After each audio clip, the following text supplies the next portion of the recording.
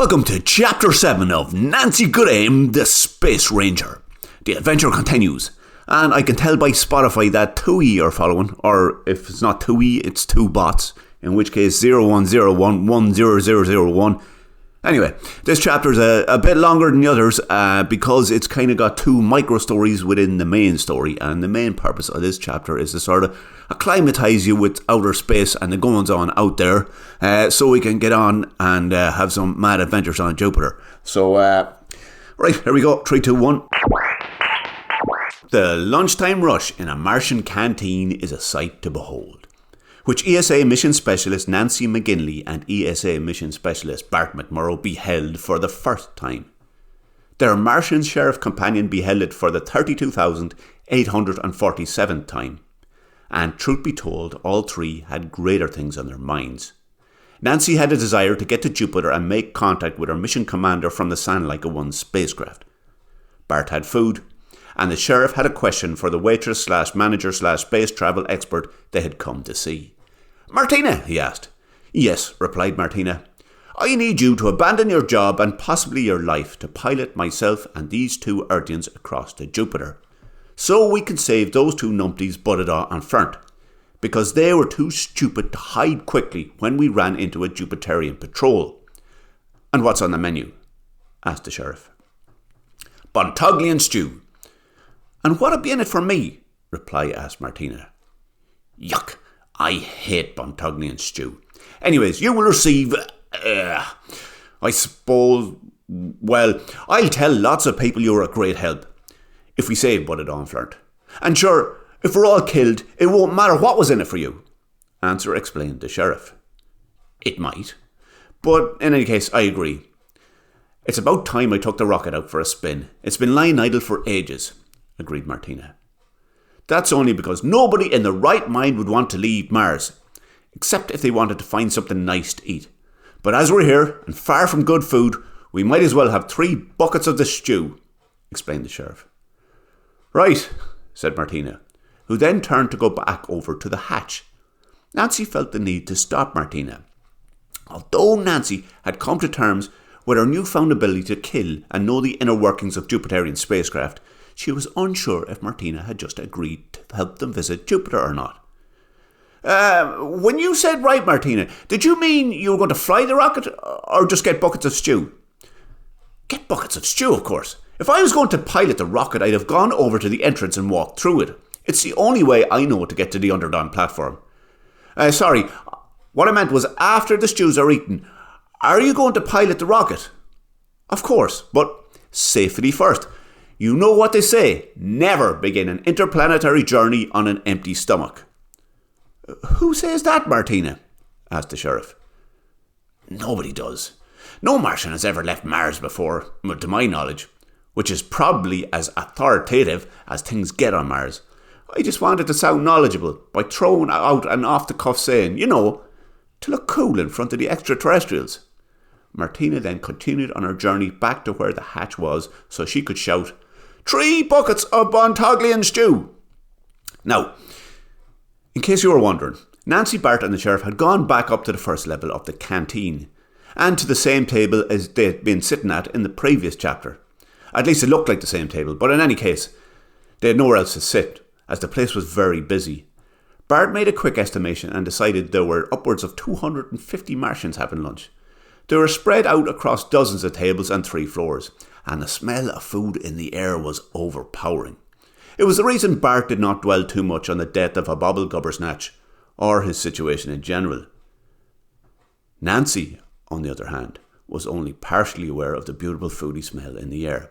She was mostly thinking of what she, and by extension Bart, would need to do next. The Sheriff was not considering the food either.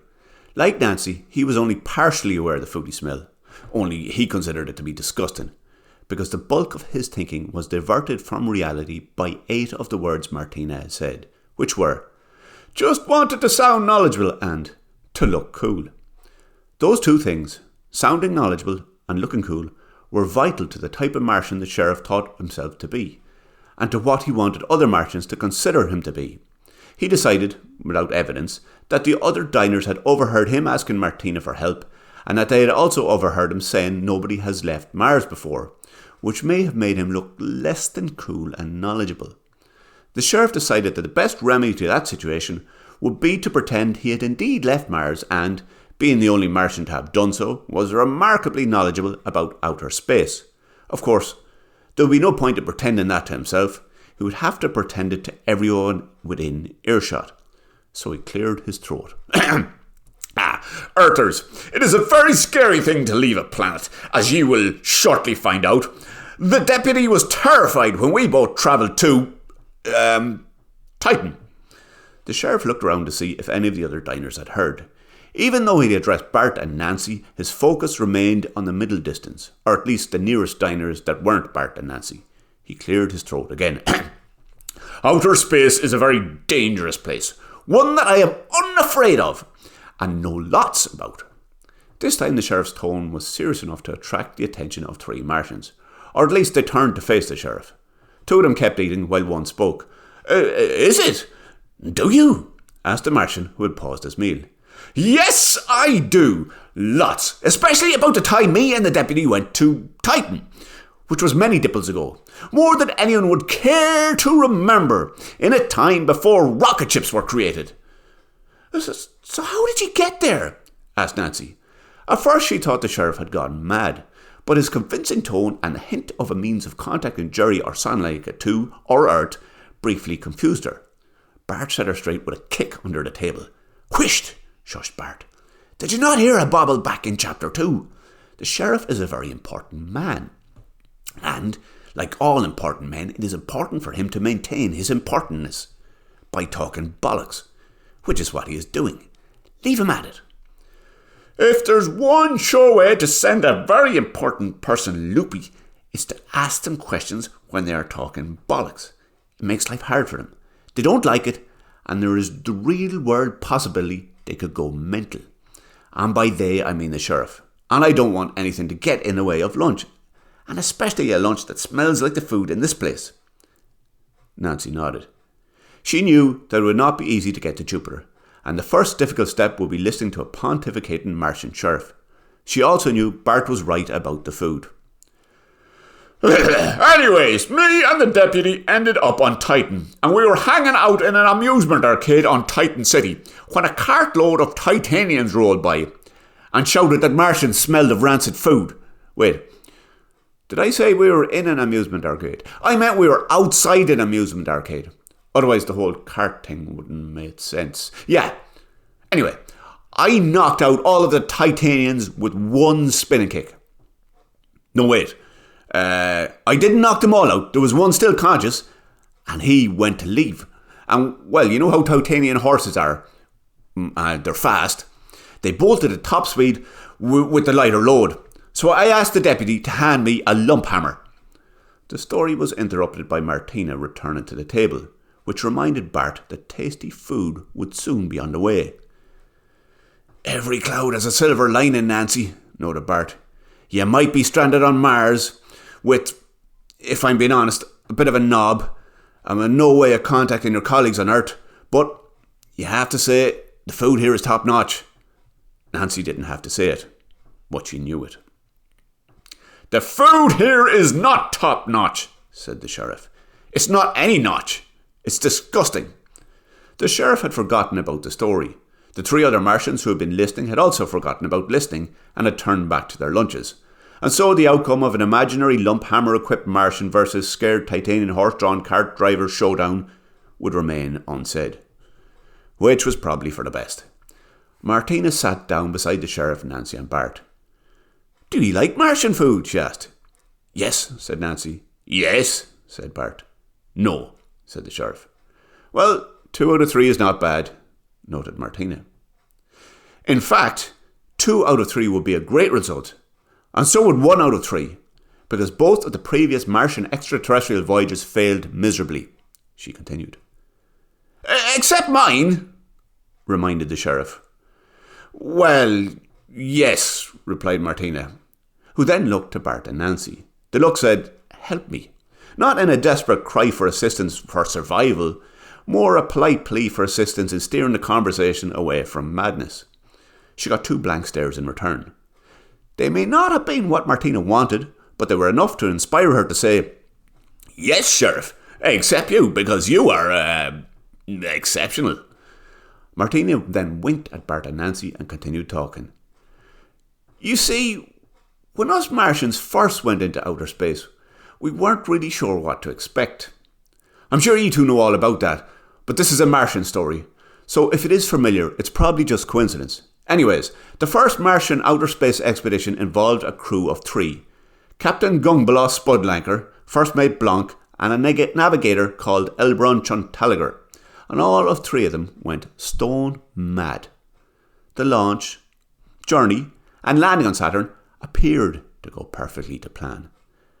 But it was shortly after they landed that things started to go pear-shaped. You see, they touched down on a Saturn very late in the day. So Captain Gungbalaw gave the orders to prepare supper.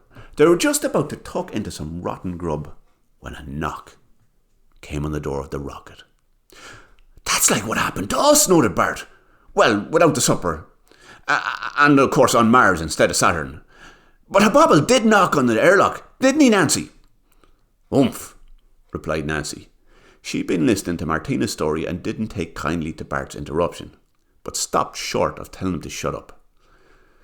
"Well," continued Martina, "this was a different thing because it wasn't a bobble that had been knocking on the door, but First Mate Blanc's uncle Terry, which came as a shock to First Mate Blanc when he opened it, as Terry had been dead since Scrumtalion 3.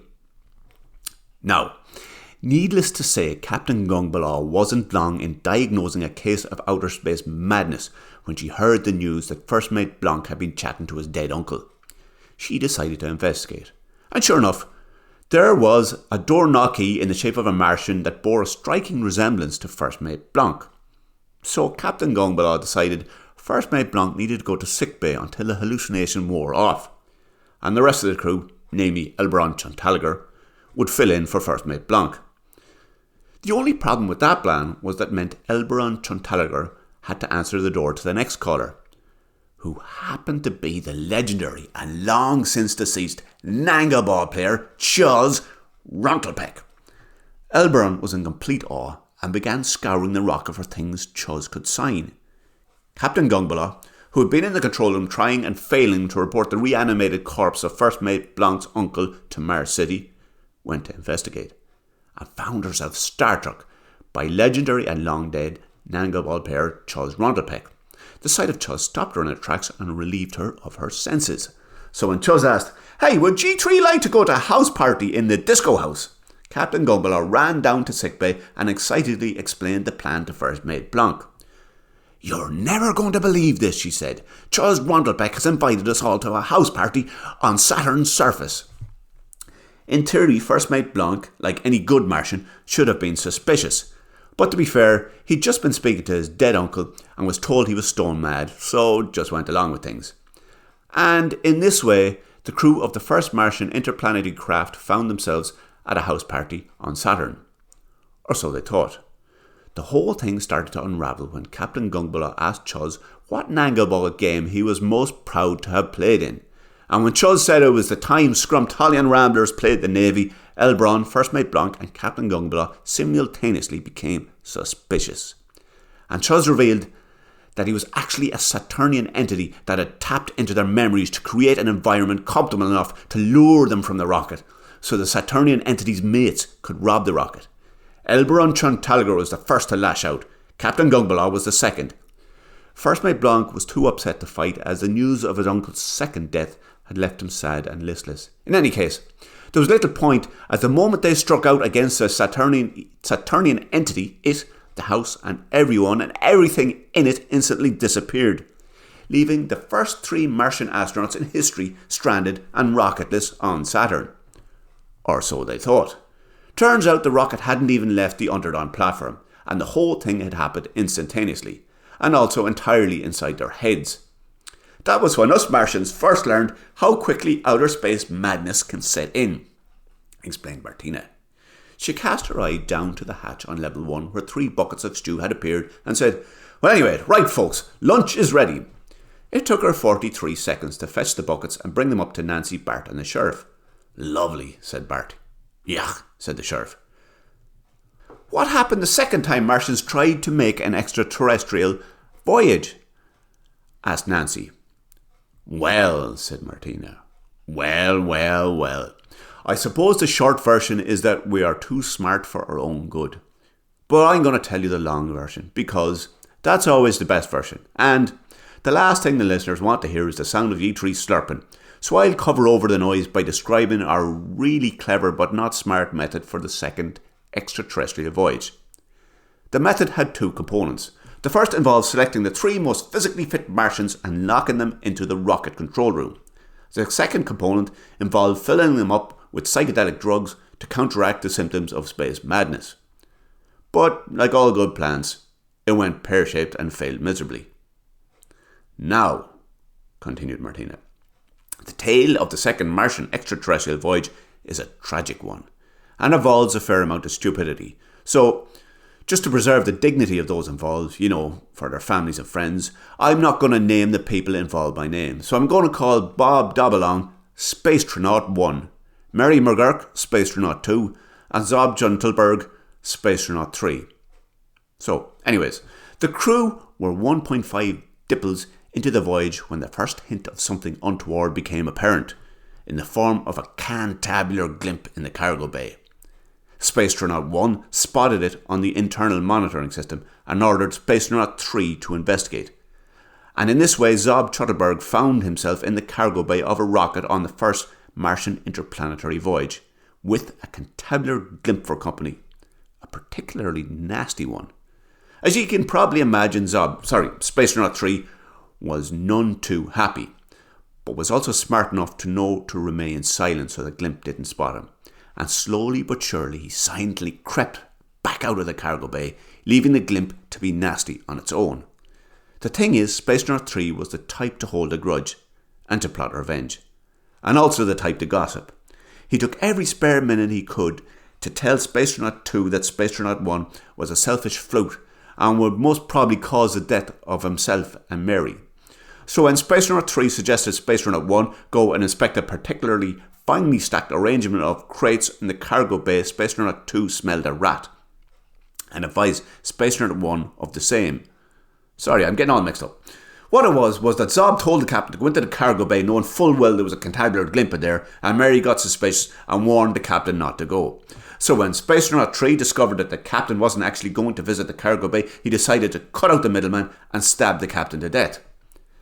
Mary came to the reasonable conclusion that she would be next and relieve the ship's armoury of a crossbow and shot Spacetronaut 3 dead.